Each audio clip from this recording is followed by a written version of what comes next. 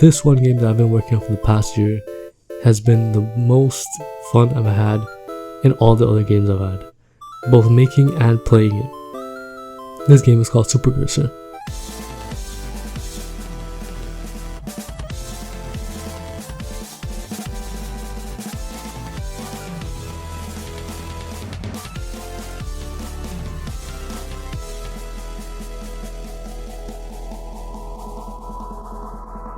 Although it's a very simple concept, like the Scary Maze game, and a lot of Flash games that use the same concept where you use the mouse cursor and you just can't touch any surface, the difference with Super Cursor is that it's a fully fledged game, or planned to be a fully fledged game. I'm basically taking the cursor and giving it a whole personality and making it the main character, something that I have personally never seen in any other game. Yes, we've seen games where you use the cursor and you can't touch anything, but there's no story behind it, no character design, no plot, and that's what I want to bring into this game. So, since this is my first game devlog, I honestly don't know exactly where to start, but since I've pretty much done already a year's worth of work, I guess I'm just gonna go really fast through everything.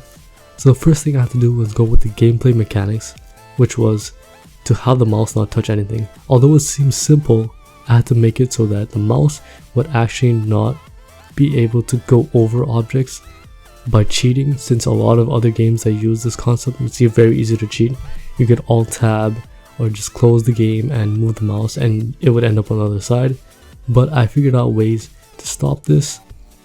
So to do this, I essentially just created a sphere that would be in the game world and follow the mouse wherever it went. And all it would do is do a sweep collision on every tick.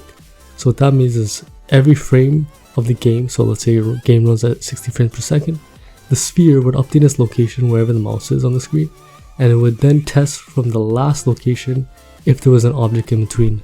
This way, if you alt tab and try to go around, then it would automatically know that from distance B, or from location B to location A, there was an object in between and it would kill the player.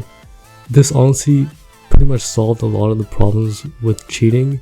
One of the other problems was actually just the screen changing. So if you actually change the size of your screen, you could actually go over the screen and the game wouldn't know. The way I fixed this is honestly maybe not the best. I just made it so that it would get locked onto that onto that aspect ratio, and if you ever break that, the game would actually detect it and it would just pause the game and it would just tell you you need to fix the aspect ratio or it won't work. Then I had to come up with each level. The level design was honestly hard because I couldn't really gauge properly the difficulty. Since I was the one making it and testing it, it was pretty easy, but when other people tested it, it was kind of all over the place. They said that one level was harder than the other and that maybe I should flip things around. So I did that, flipped it around, made the levels, just made it so that each surface was untouchable, and created a lot of other things like the enemies, the moving enemies, the bosses, and a lot of other things that honestly is kind of hard to all cover within one short video. So basically I added all that, took some assets from itch.io, put them together, slapped it on, and yeah, we got the great world of Super Cursor. Finally, I made sure to make a menu, made it nice, and even added multiplayer. I know some of you might be thinking, how does multiplayer work? Basically, the host of the game will essentially have the mouse move only left and right, and the client would only move up and down. So basically, you both control one mouse cursor, and this definitely didn't take me forever, and multiplayer is probably the most simple, 100% super simple. I do it all the time. I definitely didn't get frustrated at all, and yeah. Anyways, I finally got a multiplayer system working, integrated it into Steam, and yeah, the demo of Super Cursor is out. Again, this devlog was super short. It only covers the first chapter of the game, and currently there's 2 chapters that I've kind of developed, and I'm developing the 3rd chapter right now.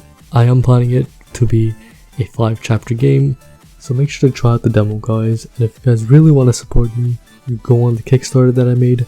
I'm trying to get a certain amount of money raised so that it can just help me for this project, and yeah, it would just help out a lot.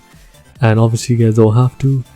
At the end of the day, I appreciate you guys staying this long, and I'll see you guys in the next devlog.